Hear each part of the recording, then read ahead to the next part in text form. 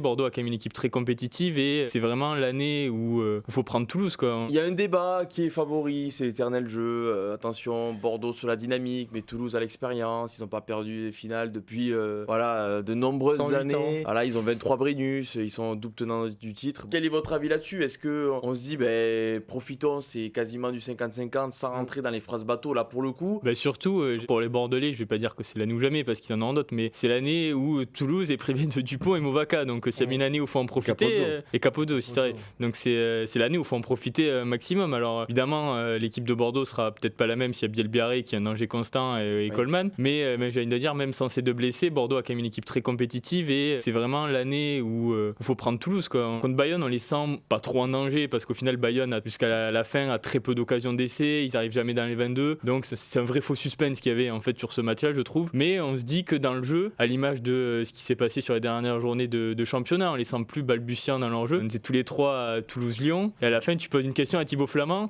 tu dis est-ce qu'il est satisfait dans le contenu, tu dis oui, non, oui, non, oui, non, il a jamais su quoi répondre au final. Est-ce qu'au final, question simple, vous êtes rassuré? On a l'impression que sur le contenu. Oui et non, quoi. Ah ouais, merci. Non, c'est. Oui, c'est. Enfin. Non. Donc j'ai trouvé Toulouse un peu dans le jeu, dans la continuité de ces derniers matchs-là. Et je me dis justement, ce manque de fluidité peut faire que Bordeaux est favori à 51-49.